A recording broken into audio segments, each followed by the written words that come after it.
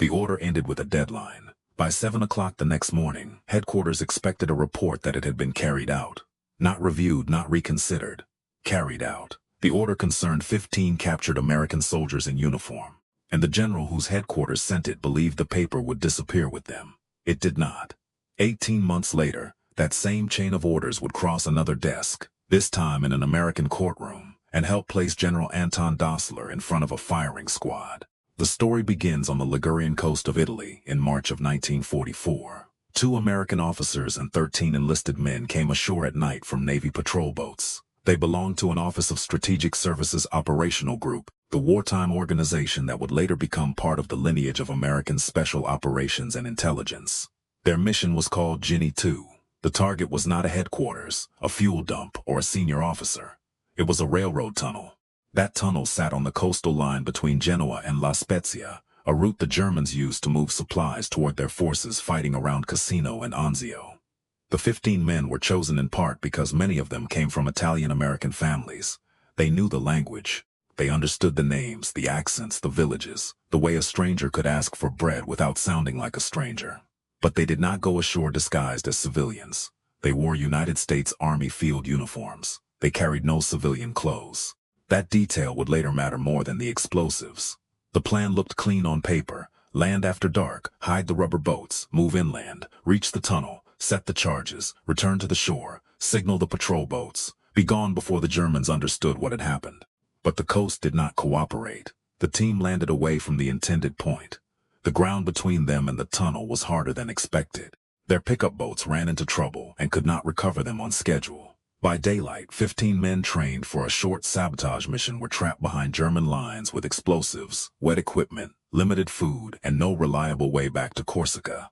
They hid the boats and gear as well as they could. They found shelter in an empty barn. They sent men out to locate the tunnel and find food, and for a few hours the mission still seemed recoverable. Then someone along the coast saw what they had tried to conceal. Local fascist forces were alerted. German troops joined the search. By the morning of March 24th, the barn was surrounded. The Americans resisted at first. There was a brief fight, some were wounded, but the outcome was already fixed by numbers, terrain, and daylight. Lieutenant Vincent Russo and Lieutenant Paul Trafficante had a choice between surrender and watching the team die inside a building that had never been part of the plan. They surrendered. That should have changed everything. Once captured, the 15 men were no longer an active sabotage team moving toward a military target. They were prisoners. They were in uniform. They had been carrying out a military mission. Under the laws and customs of war, they were entitled to treatment as prisoners of war. That was not a technical loophole. It was the line between combat and murder. The men were taken to La Spezia and interrogated. Their mission became clear. Their uniforms were visible. Their status was not a mystery. The information moved upward, from the local command, to the 135th Fortress Brigade, then to the headquarters of the German 75th Army Corps, commanded by General Anton Dostler. And here the paper trail became lethal. Dostler relied on Hitler's Commando Order of October 1942, which demanded that captured Allied commandos be killed, even when they were soldiers. But officers below Dostler understood the problem.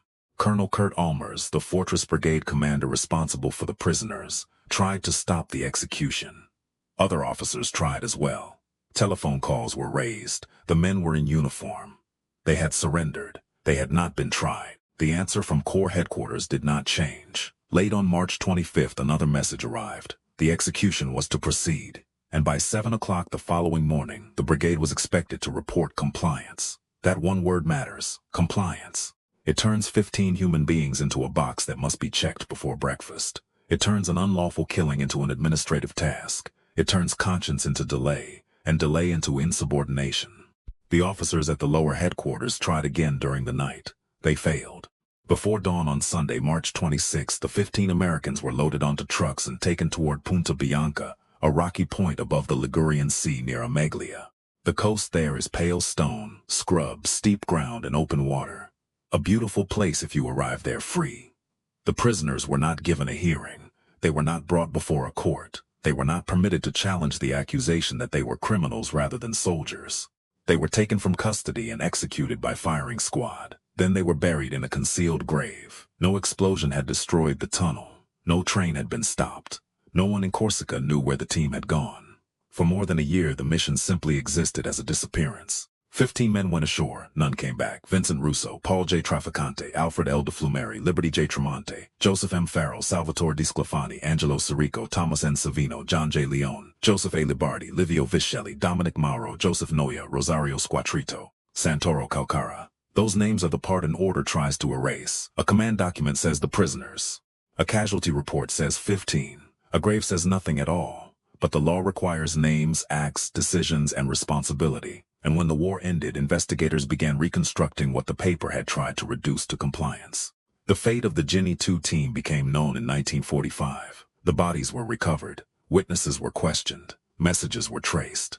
Officers who had tried to stop the execution could describe the calls, the objections, and the order that overruled them.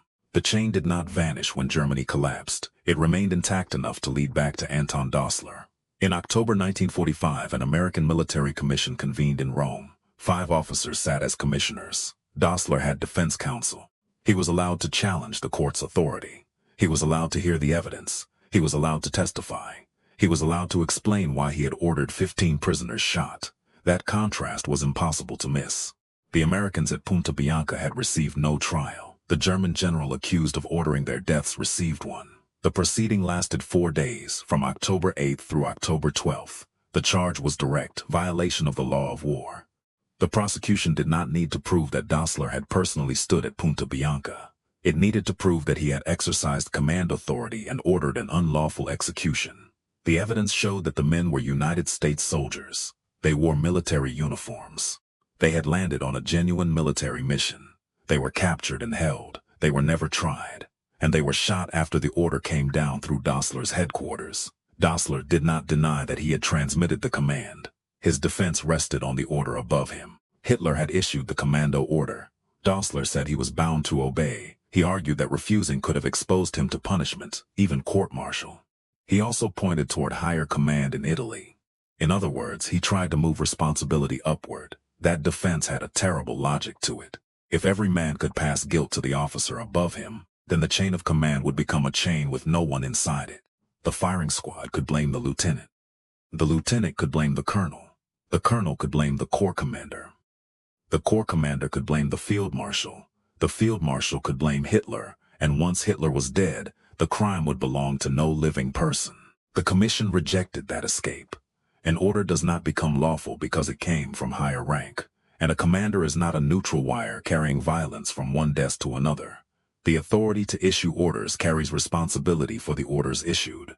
That was the real question in the room, not whether Dostler had received pressure. Not whether the commando order existed, not whether wartime command was dangerous. The question was whether a general could knowingly send uniformed prisoners to death without trial, and then hide inside the grammar of obedience. The commission's answer was no. On October 12th, the verdict was announced. Guilty. The sentence was read in the formal language of military law. To be shot to death by musketry. Dostler had weeks to wait after the verdict. The 15 Americans had been given hours. He had lawyers, they had guards, he had a record of trial, they had a concealed grave, he had the opportunity to speak in his own defense. They had no one in authority willing to make the final telephone call stop the order. On December 1st, 1945, at the Aversa stockade in Italy, Anton Dostler was taken into a yard. Photographers were present, the execution was documented. He was tied to a stake and faced a firing squad. There is something unsettling about those images, and there should be. Justice is not made clean merely because a court has pronounced it. A firing squad remains a firing squad. But the moral difference between Punta Bianca and Aversa was not the weapon. It was the process that came before it. At Punta Bianca, the prisoners were killed because an illegal order demanded compliance. At Aversa, the commander who issued that order had been charged, defended, heard, judged, and sentenced. That distinction was the point. The Dostler case became an early and stark statement of command responsibility after the war. It showed that I was following orders could not automatically erase personal responsibility for an order that was plainly unlawful. The case would be cited in the larger effort to define how military leaders could be held accountable for crimes committed through chains of command. But legal precedent can make the story sound larger and cleaner than it was. The actual story remained 15 men on a coast, a mission that went wrong, a barn surrounded at daylight, a surrender that should have protected them. A colonel making telephone calls during the night, a general refusing to withdraw the command, a message demanding confirmation by 7, and 15 names buried under the word compliance. Today memorials near Punta Bianca carry those names, not the commandos, not the prisoners, not the 15, the names, because that is how the paper trail finally changes direction. First, an order reduces people to a task. Then evidence restores the people the order tried to remove. Vincent, Paul, Alfred, Liberty, Joseph, Salvatore, Angelo, Thomas, John, Joseph, Livio, Dominic, Joseph, Rosario, Santoro. The order demanded compliance by 7 in the morning. 18 months later, the law demanded an answer. The paper came back carrying 15 names.